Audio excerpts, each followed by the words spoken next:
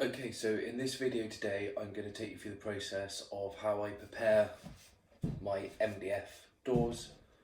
This door's been undercoated already. When I make my doors, I sand all the components down to 240 grit. It just saves me a little bit of work at this stage now.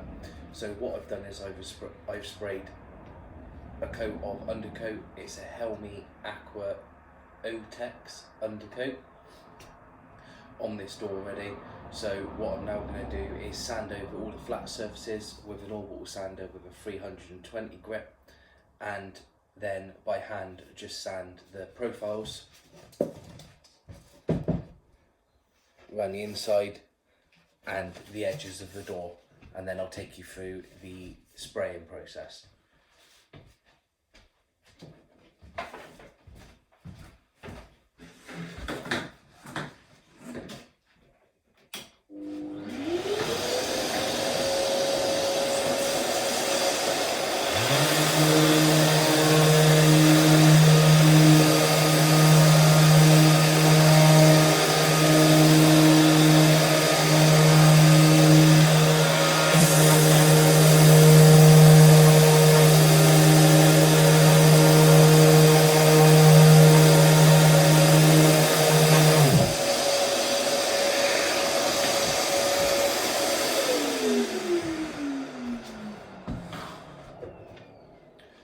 So as you can see, it doesn't take much with an orbital sander to get a nice smooth surface on your door.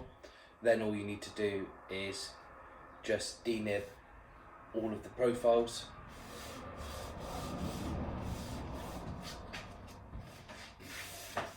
Just apply a little bit of pressure. You don't need to go crazy because all you're trying to do is take the fluff of the MDF off, and then just go around the sides of the door and just the harris on the edge.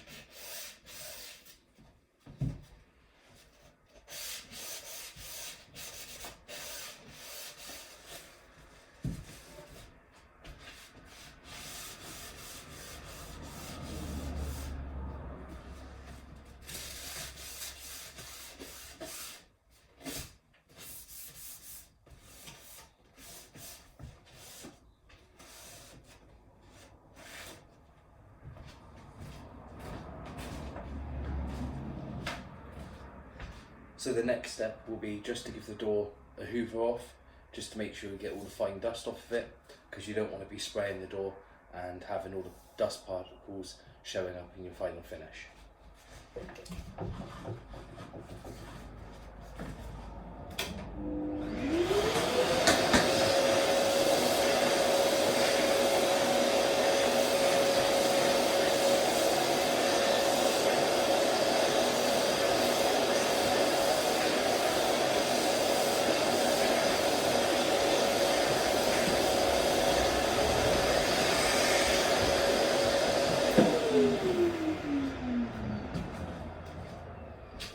So one thing I will say is this is just a sample door, so a customer can see the profile and the colour to make sure they're happy.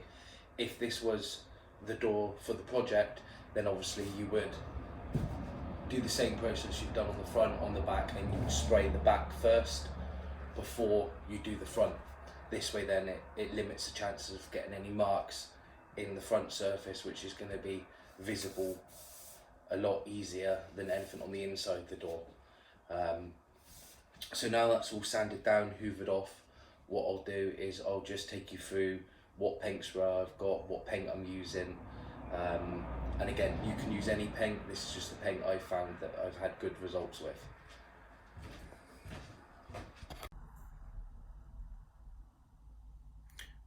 Okay, so the paint sprayer that I use is a Graco GX21. This is their FF version. This comes with a contractor 2 gun and a narrow bore hose, so you don't have to pump as much paint through the system as what you would with a 15-meter big bore hoses if you're using it to spray an entire house. The paint I use is a Tikkurila Helmy 30. This is their satin finish, and and again, I just get good results with this paint. I've heard a lot of other people getting good results from other brands, but this is what I tend to stick to. And I've got a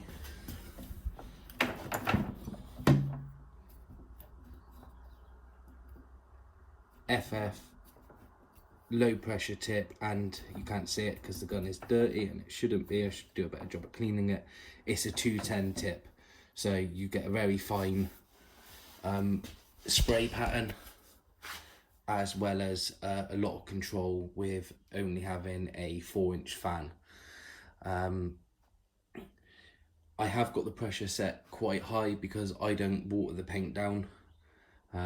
Again, it's just what I prefer to do. I find I get good results with it. Some paint sprayers you will have to water the paint down.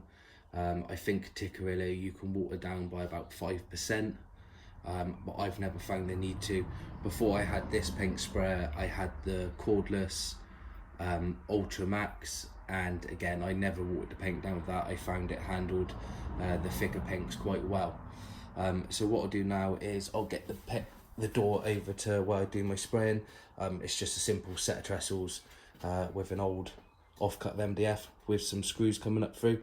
The reason I do this is it just saves all the overspray that goes on here. It stops it from sticking to the doors, and if you're only doing one door, it means you can spray the inside of the door first, flip it over, and where you've only got some very fine points that the door sits on, you tend to not see the little indentations from the screws once the door's all dry.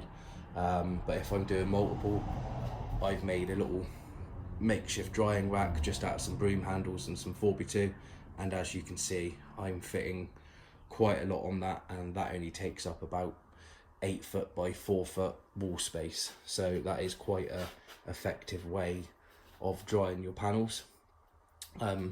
So I'll go get the door and I'll take you through how I will spray it.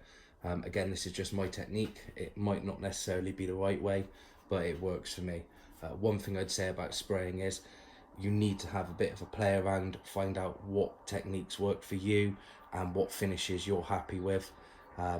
I found that if you put 2 coats of a good quality undercoat on, and especially if the undercoat is tinted to the top coat colour, you can normally get a really nice finish with just 1 good top coat of paint.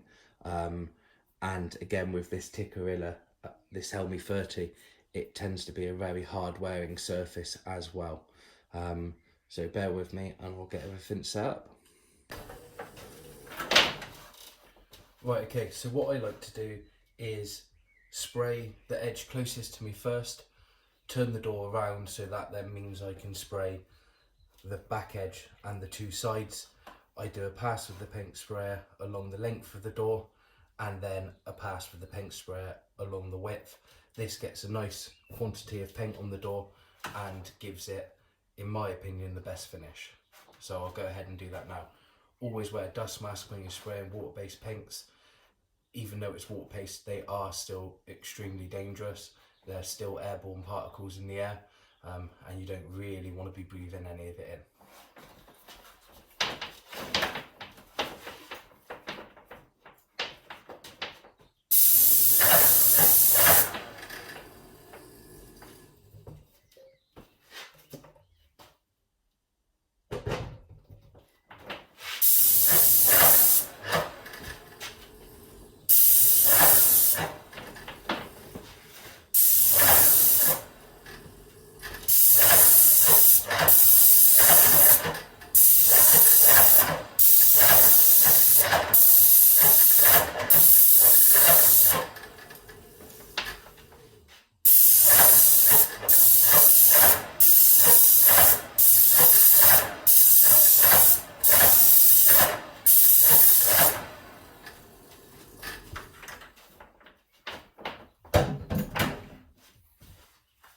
Okay, so it's as quick as that. As you can see by the finish, it is extremely good. What I'll do is I'll let this door dry, and I'll take a photo and I will put a little clip up of the finished door. But in my opinion, the combination of an airless sprayer and a good quality paint is the best route to go if you're going to start having a play with spraying. There definitely are some more expensive setups, but I've been using this now for probably 6 months and it is working extremely well for me.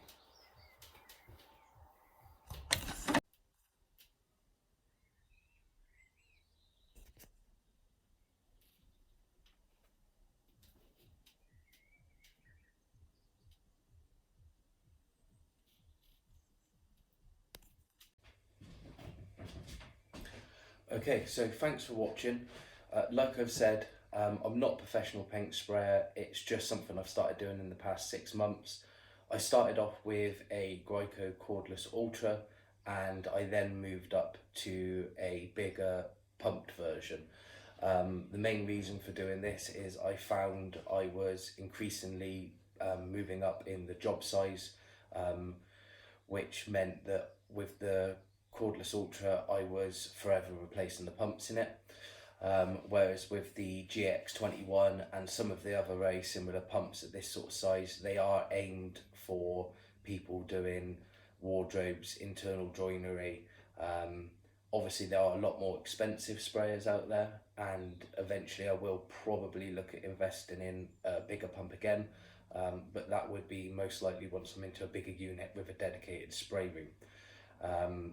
I will post some pictures up of the finished door once it's all dry, but I have got a little clip which I'll put up now, which will just show you the straight after it's been sprayed, so you can see the way that the Tikkurila paint just sort of absorbs. It doesn't leave no orange peel, it doesn't leave no stipple in, and that's the main reason I use it. I also use it a lot on kitchens, and I've had a lot of customers tell me that their children have got ketchup on them and they've used green scouring pads on it and it's held up extremely well, which obviously you would expect from a high-end paint like this. So it's always good to have some feedback from your customers. Thanks for watching. If you like the video, hit like, subscribe. I'm trying to do a video once a week. I'm going to be starting a big wardrobe build. I'll just give you a little glimpse of that now, and I'm going to document that through building the carcasses, to spraying it and installing it in the customers' houses. At the moment we are still in lockdown, so I'm just trying to get as much work as I can done, completed in the workshop, ready for when it's safe to go back to doing installs in customers' houses. So I'll just show you the wardrobe.